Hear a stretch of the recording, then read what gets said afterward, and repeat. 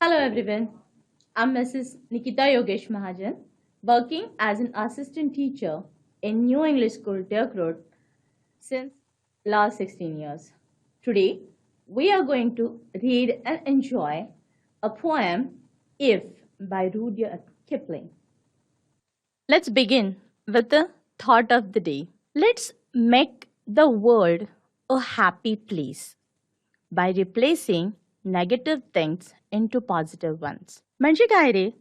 म्हणजे हे जग खूप छान आहे आणि आपल्याला काय करायचं आहे, आपल्या आजूबाजूला असलेली जी नेगेटिव्हिटी आहे म्हणजे नकारात्मकता आहे ती बदलायची आहे. आणि ती आपण कशी बदलणार आहोत, तर आपण ते पॉझिटिव्ह थॉट्सने, पॉझिटिव्हिटीने बदलणार आहोत. म्हणजे सकारात्मक विचार करून बदलणार आहोत. हे करण्यासाठी आपण खूप वेगळ्या वेगळ्या गोष्टी करतो. त्यातलीच एक आहे पोएट्री म्हणजे कविता. When we think of a term poetry, what do you think? It is one of the oldest form of literature and written expression. तुम्ही बघा, अगदी लहानपणापासून आपण कविता ऐकत असतो आणि जर तुम्ही साहित्य म्हणजे लिटरेचरचा इतिहास बघितलात तर त्याच्यामध्ये सगळ्यात सुरुवातीला तुम्हाला कवितांच्या पासून म्हणजे पोएट्रीपासून सुरुवात झालेली दिसून येईल. मग ह्या पोएट्रीमध्ये काय असतं, तर ही पोएट्री म्हणजे कविता किंवा काव्य, इट्स नथिंग बट क्रिएटिव्हिटी. एखाद्या कवीला किंवा कवयित्रीला तिच्या स्वतःच्या भावना व्यक्त करण्याचं एक उत्तम साधन, that is the expression of feelings of the poet through the chosen language, that is the poetry. या पोएट्रीमध्ये आपल्याला वेगळेपण काय दिसतं प्रोजपेक्षा, तर when we consider poetry, the difference between prose, गद्य अँड पोएट्री, पद्य, ह्याच्यामधला जो डिफरन्स आहे that is use of stanzas, forms and patterns, rhyming words, rhythm, meter and figurative language is used to create melody. मग कविता जर आपण बघितली तर कवितेचा पॅटर्न, कवितेची रचना ही आपल्याला पद्यापेक्षा, एखाद्या निबंधापेक्षा, एखाद्या धड्यापेक्षा, एखाद्या गोष्टीपेक्षा वेगळी आहे. हे कसं जाणवतं, तर या काही गोष्टी आहेत ज्या कवितेला, काव्याला गद्यापासून वेगळं करतात. And as I said, it varies from nursery rhymes to epic. अगदी छोट्या बाळाला अंगाई गीतापासून महाकाव्यांपर्यंत, एपिक म्हणजे महाकाव्य, महाकाव्यांपर्यंत आपल्याला या पोएट्रीची व्हरायटी बघायला मिळते. मग ही जी पोएट्री आहे, याच पोएट्रीपैकी आज आपण एक खूप छान कविता बघणार आहोत. We are going to see a nice poem, an inspirational poem, a didactic poem by Rudyard Kipling. आपल्या युनिटमधलं 3.1 आहे and it's if. What is the meaning of if? जर नुसता एक if वर्ड बघितला, the meaning of if is जर. आपल्या आयुष्यामध्ये आपण खूप गोष्टी जर तर अशा करत असतो. जर असं झालं तर मी असं करेन, जर तर. मग हे जर आहे, तर हा या कवितेमधनं जो विषय मांडलाय रडियार्ड किपलिंगने, हा विषय म्हणजे एका बाबांनी, if you see the picture you can see a father talking to his son. So this is a poem, an advice given to a son by his father. मग फक्त बाबांच्या मधला आणि मुलाच्या मधला हा एक डायलॉग आहे का, कन्व्हर्सेशन आहे का, तर नाही. हा एक असा कवितेचा प्रकार आहे ज्याच्यामध्ये आपण ज्याला युनिव्हर्सल म्हणू शकतो. म्हणजे हा मोठ्या माणसांनी लहान मुलांना दिलेला एक सल्ला आहे. कंपल्शन केलंय का, तू असंच केलं पाहिजे, तू तसंच केलं पाहिजे, नाही. It is an advice. थोडं आपण या रडियार्ड किपलिंगच्या बॅकग्राऊंडबद्दल बघूयात. Let's see the background of this poet.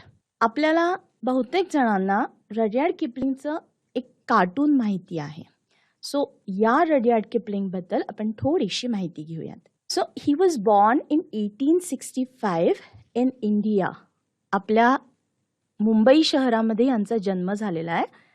Initial 5 years he spent in India and then he was shifted to England. And 1936 is his death year. So Rudyard Kipling was a famous English author. What did he write? He wrote some journals, short stories, poems, and he wrote many novels. As I told you earlier, he was born in India, which has inspired many of his work. त्यांच्या खूपशा पुस्तकांमध्ये तुम्हाला Indian background दिसेल, म्हणजे भारतातल्या त्यावेळच्या सामाजिक परिस्थितीचं थोडंफार चित्रण त्यांच्या लेखनामध्ये आपल्याला दिसतं. He was the first English writer to receive prestigious Nobel prize for literature in 1907. म्हणजे नोबेल पारितोषिक मिळायला सुरुवात झाल्यापासून साहित्यासाठी नोबेल पारितोषिक मिळवणारे पहिले इंग्लिश लेखक हे रडियार्ड किपलिंग होते. त्यांच्या काही पुस्तकांच्या बाबत, त्यांच्या काही लेखनाबाबत आपण बघूयात. Some of his notable works are children's classic. मी आधी सांगितलं की नाही तुम्हाला एक कार्टून माहिती आहे. You might have seen. Mowgli आपल्या सगळ्यांनाच माहिती आहे. And it may be many of your favourite character, cartoon character. So the jungle book, त्या जंगल बुक पुस्तकामध्ये मोगली, बलू, बगीरा ते सगळे कॅरेक्टर्स आहेत ना, ते हे बुक आहे. आणि त्याचं कन्क्लुडिंग पार्ट पण त्यांनी लगेच 1895 लिहिलेला आहे. अँड किम, आता मी तुम्हाला मगाशी सांगितलं, वरती आपण बघितलं की काही त्यांच्या लेखनामध्ये भारतीय सामाजिक परिस्थितीचं चित्रण आहे. तसं या किममध्ये सुद्धा खूपसं भारतातल्या वातावरणाचं वर्णन त्यांनी केलेलं आहे. Captain courageous, which was written in 1897, and his famous poetry collection, the name of his poetry collection is The Seven Seas. Now, if you think of something, की आपण जेव्हा कुठल्या तरी गोष्टीचा विचार करतो, आपण कुठली गोष्ट करतो, त्याला आपण म्हणतो आपण काहीतरी कृती केली, काहीतरी ॲक्शन केली. And every action has some reaction, काहीतरी रिस्पॉन्स येतो. There is one exercise in front of you. तुमच्या समोर एक एक्झरसाइज दिलेला आहे. I want you to go through it. Just read it carefully and think honestly. इथे आपण आपल्याला काय वाटतंय याचाच विचार करायचा आहे. बघा, आपण वाचूयात. If your friends spread rumors about you. rumors म्हणजे ज्या खऱ्या नसलेल्या गोष्टी, ज्याला आपण अफवा म्हणतो. If your friends, आणि फ्रेंड्स तर आपले खूप जवळचे असतात, आणि ते जर आपल्याबद्दल असं काहीतरी बोलतात, विल ऑब्व्हियसली गेट हर्ट. मग अशा वेळेला तुमचा मित्र किंवा तुमची मैत्रीण तुमच्याबद्दल काहीतरी चुकीच्या गोष्टी पसरवतीये, तो what will you do? What will be your response? How will you react? Then the second one is, if someone doubts you. तुम्ही खूप ऑनेस्टली काम करताय, खूप छान काम करताय, यू आर गिव्हिंग युअर 100%, अगदी दिवस आणि रात्र मेहनत करून तुम्ही एखादी गोष्ट करताय आणि कोणीतरी तुम्हाला डाऊट करतं, म्हणजे कोणीतरी तुमच्यावरती संशय घेते. मग तो वेगळ्या वेगळ्या आस्पेक्ट्समध्ये असू शकतो. त्यावेळेला आपली रिॲक्शन काय होईल? Now when I am reading this, I want you to think in your mind what will be your reaction. And if you are having your notebooks with you, I want you to copy it down. तुमच्या वहीमध्ये हे लिहून घ्यायचे आणि नंतर तुम्ही विचार करायचे की आपण अशा प्रसंगामध्ये कसं रिॲक्ट करू. Then the third one, if your relatives blame you for something. Relatives are kith and kin, आपले नातेवाईक. ते आपल्याला कुठल्या कुठल्या गोष्टीवरून, आत्ताच्या तुमच्या 10वीच्या परिस्थितीमध्ये तर सगळेजण बघत असाल की जे कोणी येतं ते विचारतं, काय रे अभ्यास करत नाही आहेस का? 10वीच्या वर्षात आहेस, तो बघ किती अभ्यास करतोय, ती बघ किती अभ्यास करते. So everyone keeps on blaming us. आणि ह्यातल्या बऱ्याचशा गोष्टी आपल्याला खूप इरिटेटिंग पण असतात बरं का. So you have to think accordingly. And the last one, if someone hurts you. तुम्हाला कुणीतरी हर्ट केलंय, This hurting can be physical, this hurting can be emotional or mental. की कोणी तुम्हाला शारीरिकदृष्ट्या पण इजा केलेली असू शकते किंवा कोणी तुम्हाला मानसिक पण त्रास दिलेला असू शकतो. मग अशा वेळेला आपल्या रिॲक्शन्स काय होतील? I have done 2 examples for you. I want you to do the rest at home later. हे झाल्यानंतर आता this is the ideal condition. What I feel. It's not mandatory that you should feel the same. की हे ideal condition आहे की आदर्श व्यक्ती कशी असावी तर ती काय करेल. So if your friends spread rumours about you, what will I do? कोणी माझ्याबद्दल अफवा पसरल्यात, मी काय करेन? I shall neglect them. की let them do whatever they want. I am not going to pay attention. मी त्यांच्याकडे लक्ष देणार नाही आहे, कारण I have many other things to do, many constructive things to do. If someone doubts you, कोणी तुमच्यावरती संशय घेतलाय, what will you do? I shall talk to that person and clear his or her doubts. मी त्या व्यक्तीशी सरळ सरळ जाऊन विचारेन की काय बाबा, काय प्रॉब्लेम आहे तुला? तुला जी काही शंका असेल ते कशासाठी मला डाऊट तुम्ही घेताय आणि त्याचं तुम्ही आन्सर द्याल त्यांना. So rest of the 2 questions you have to do as your homework. When I'm reading this poem, I want you to look into your textbooks and put your finger on every line and if possible try to recite it after me.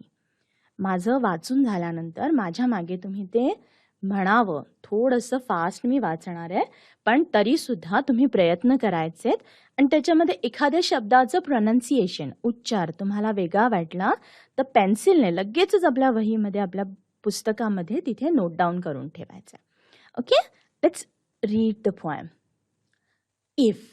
If you can keep your head when all about you are losing theirs and blaming it on you, if you can trust yourself when all men doubt you but make allowance for their doubting too, if you can wait and not be tired by waiting or being lied about, don't deal in lies.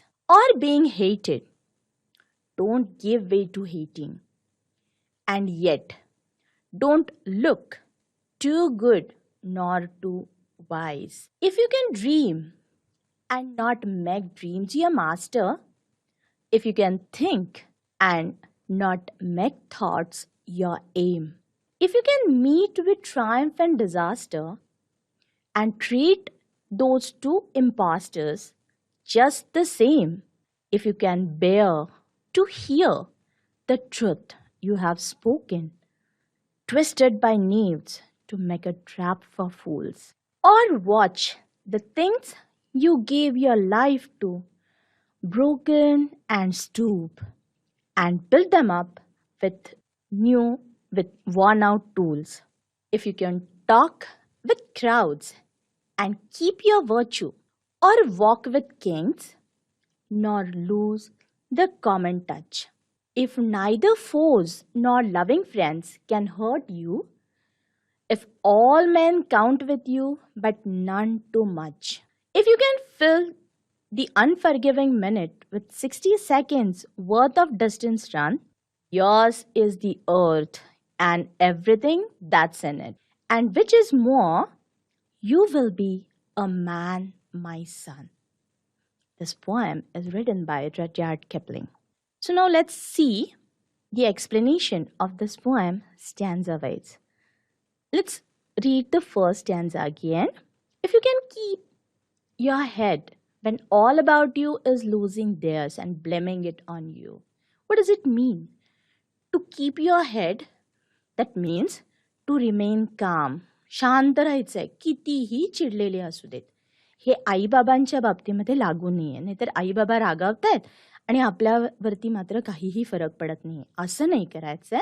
तर बाहेरचे लोक विनाकारण तुमच्यावरती रागवत असतील, तुम्हाला blame करत असतील, तर तुम्ही आपल्या रागावरती कंट्रोल ठेवायचा आहे. तुम्ही आपलं टेम्पर लूज होऊ द्यायचं नाही आहे. आणि जर आपलं टेम्पर लूज झालं तर आपल्याकडून चुकीच्या गोष्टी होण्याची शक्यता असते. So we have to take these things into consideration. If you can trust yourself when all men doubt you, but make allowance for their doubting too. जेव्हा सगळेजण तुमच्या कपॅसिटीवरती डाऊट घेतात किंवा तुम्हाला काही करू शकता का ह्याच्याबद्दल त्यांना खात्री नाही आहे, मग अशा वेळेला आपण आपला सेल्फ कॉन्फिडन्स लूज करायचा आहे का? नाही. There you have to believe in your self, to trust your self. पण हे करताना कुठेतरी आपण ओव्हर कॉन्फिडेंट होत नाही ना, याचीही आपल्याला काळजी घ्यायची आहे. To make allowance means to accept, to take in to consideration the doubting of other people. म्हणजे ते का बरं म्हणतात की ह्याला जमणार नाही, तर त्याचाही कुठेतरी आपण विचार केला पाहिजे. If you can wait and not be tired by waiting or being lied about don't deal in lies. आता हे वेट म्हणजे काय, तर हे पेशन्स आहे. बघा, आपण शेतकरी बघतो, आज नांगरणी पेरणी झाल्यानंतर लगेच उद्या पीक येईल असं तो म्हणत नाही ना. इट टेक्स टाईम, की त्या सगळ्या प्रोसेसला खूप वेळ लागतो. त्या प्रत्येक पिकावरती अवलंबून असतं की 2 महिन्यांनी 3 महिन्यांनी आपल्याला कधी त्याचं प्रॉडक्ट मिळेल. सिमिलरली आज आपण ज्या परिस्थितीमध्ये आहोत, you have to wait, you have to work a lot and wait. आता आपल्याला फक्त अभ्यास करायचा आहे आणि अभ्यास करत राहायचं आहे and not to be tired by waiting. आणि रिझल्टसाठी म्हणजे परीक्षेसाठी कधी एकदा परीक्षा येते आणि मी ह्याच्यातनं मोकळा होतोय किंवा मोकळी होते असं नाही, तर जोपर्यंत आपल्या हातामध्ये आपल्याला योग्य, आपल्याला हवा असा रिझल्ट येत नाही तोपर्यंत आपण काम करत राहायचंय. Or being lied about don't deal in lies. पण तुमच्याबद्दल कोणी काही खोटं बोललं, काही चुकीचं बोललं तरी सुद्धा आपल्याला काय करायचंय, you have to neglect them as well as आपल्यालाही ते बोलतायत मग मी पण त्यांच्याबद्दल खोटं बोलणार आहे असं नाही करायचं. तर डोंट डील इन लाईज.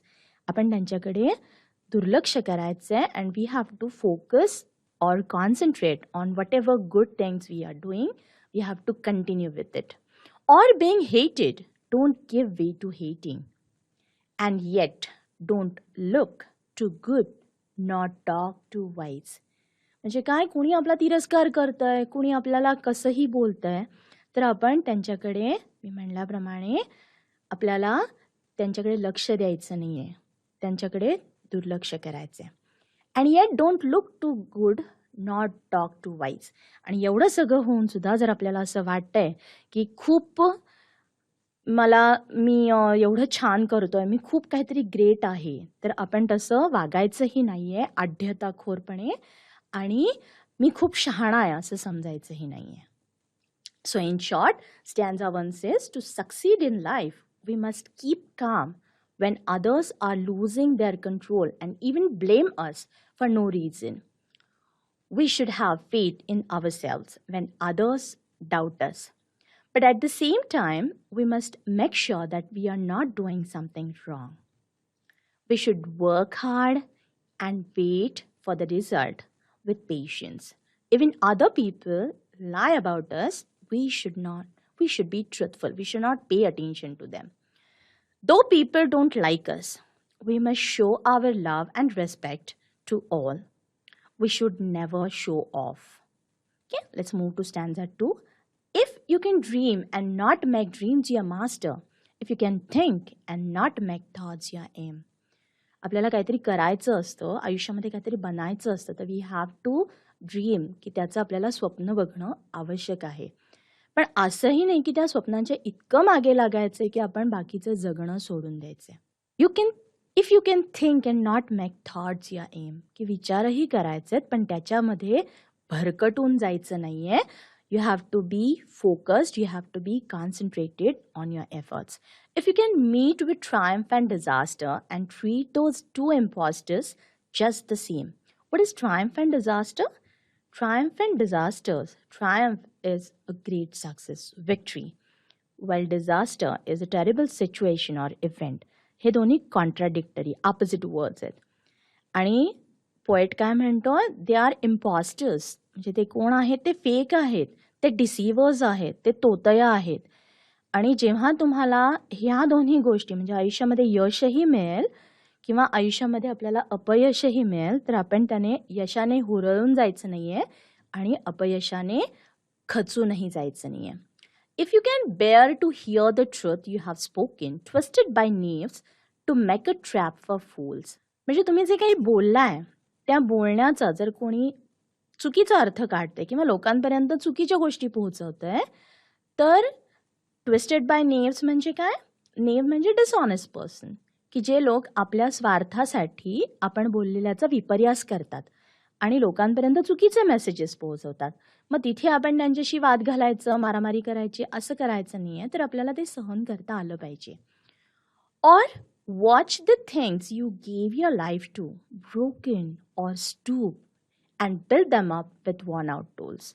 म्हणजे तुम्ही ज्याच्यासाठी खूप मेहनत केलेली आहे अशी एखादी गोष्ट, if you find it broken, ते सगळं संपून गेलंय, आणि स्टूप मीन्स टू डिग्रेड, ते आता संपल्यात जमाय, and build them up with worn out tools, की ते आपल्याला परत निर्माण करण्याची शक्ती आपल्यामध्ये फिनिक्स पक्षाप्रमाणे असली पाहिजे. So in short, stanza 2 says, we must dream to achieve something great in life, but our dreams must be realistic. We should think rationally and logically. Life is a combination of joy and sorrow. We should accept and face both equally. We should tolerate others who purposely distort our words and always stick to the truth. We should not be discouraged on our failure and start again with a new hope. Let's move to stanza 3. If you can talk with crowds and keep your virtue, or walk with kings nor lose the common touch. म्हणजे काय? Virtue is a good moral conduct, ज्याला आपण सद्गुण म्हणतो. If neither foes nor loving friends can hurt you, if all men count with you but none too much. So आपण सर्वसामान्य लोक, crowd म्हणजे सर्वसामान्य लोक, त्यांच्याबरोबर तितक्याच सहजतेने बोलू शकतोय, तितक्याच सहजतेने वावरू शकतोय, जेवढं आपण किंग्स बरोबर किंवा हायर क्लास लोकांच्या मध्ये वावरू शकतोय. आणि इतकं करून सुद्धा, म्हणजे आपण शून्यामधनं जरी विश्व निर्माण केलं असलं तरी सुद्धा we should be aware of our roots. आपण आपल्या मातीशी प्रामाणिक राहिलं पाहिजे. आपण सर्वसामान्य परिस्थितीतनं शिकलोय ही गोष्ट लक्षात ठेवली पाहिजे. If neither foes nor loving friends can hurt you. Foes is enemy, म्हणजे आपल्याला स्वतःला इतकं स्ट्रॉंग बनवायचं आहे की आपल्याला कुणीही हर्ट करू शकणार नाही. मग त्या आपल्या आवडत्या व्यक्ती असतील किंवा आपले शत्रू असतील.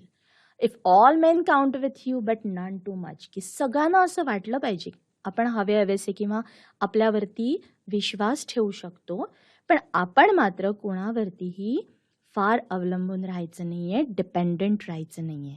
We have to be independent. So, to count with someone is to be important or significant to someone. If you can fill the unforgiving minute with 60 seconds worth of distance run. Your unforgiving minute, that means time that waits for none. आपण म्हणतो ना, वेळ ही वाळूसारखी असते, हातातनं निसटून जाते. And so what we have to do is, we have to work hard. We should not waste a single moment in useless work, and we have to utilize every second of it.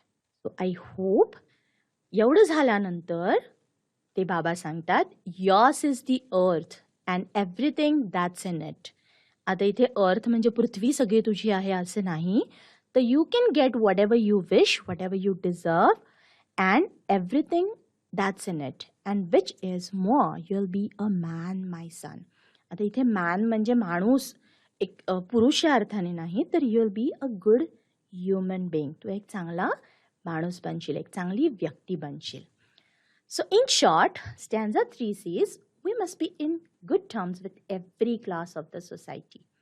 We must understand the needs of lower classes as well as have opportunities to reach higher goals. We must be so strong physically and mentally that none can hurt us.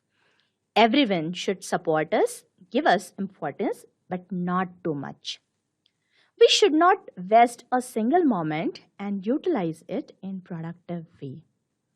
And if you consider all these things, they will finally lead us to be a perfect and complete human being.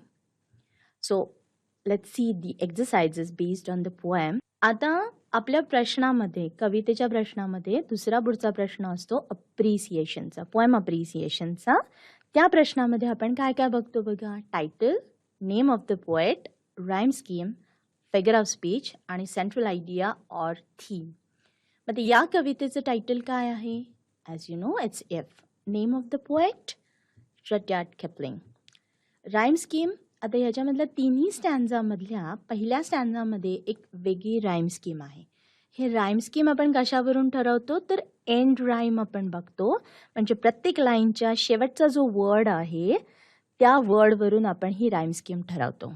So stanza 1ची rhyme scheme आहे A A A A, B C B C, stanza 2 A B A B, C D C D, stanza 3 A B A B, C D C D. So stanza 2 and stanza 3ची rhyme scheme same आहे. Figure of स्पीचचा आपण प्रश्न आधीच बघितलेला आहे, but ह्याच्यामध्ये पण परत एकदा आपल्याला लिहावं लागतं. It carries 1 mark. पर्सॉनिफिकेशन आणि मेटाफर. आता पर्सॉनिफिकेशन बघितलं आपण. Metaphor is indirect comparison. मग आता ह्याच्यामध्ये ट्रायम्फ अँड डिझास्टरची इनडायरेक्ट कंपॅरिझन केलेली आहे. अँड सेकंड वन इज अँटिथेसिस, ते पण आपण बघितलं. So if you can keep your head Wien all about you are losing theirs. Let's see the theme or central idea of the poem. Let's read it. The poem is an advice from a father to his son. The father tells his son how to be. He also tells him what to avoid to be a good human being. It's a lesson about life. It tells us the conditions that we should meet to succeed in life and make this life happy and a beautiful one. I hope you all have enjoyed this poem. All these poems in our text, they give us some message.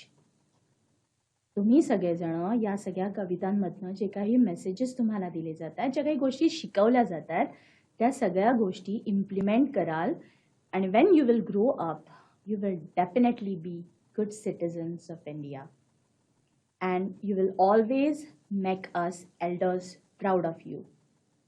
Till then, keep reading, stay healthy, stay fit, keep exercising, keep studying.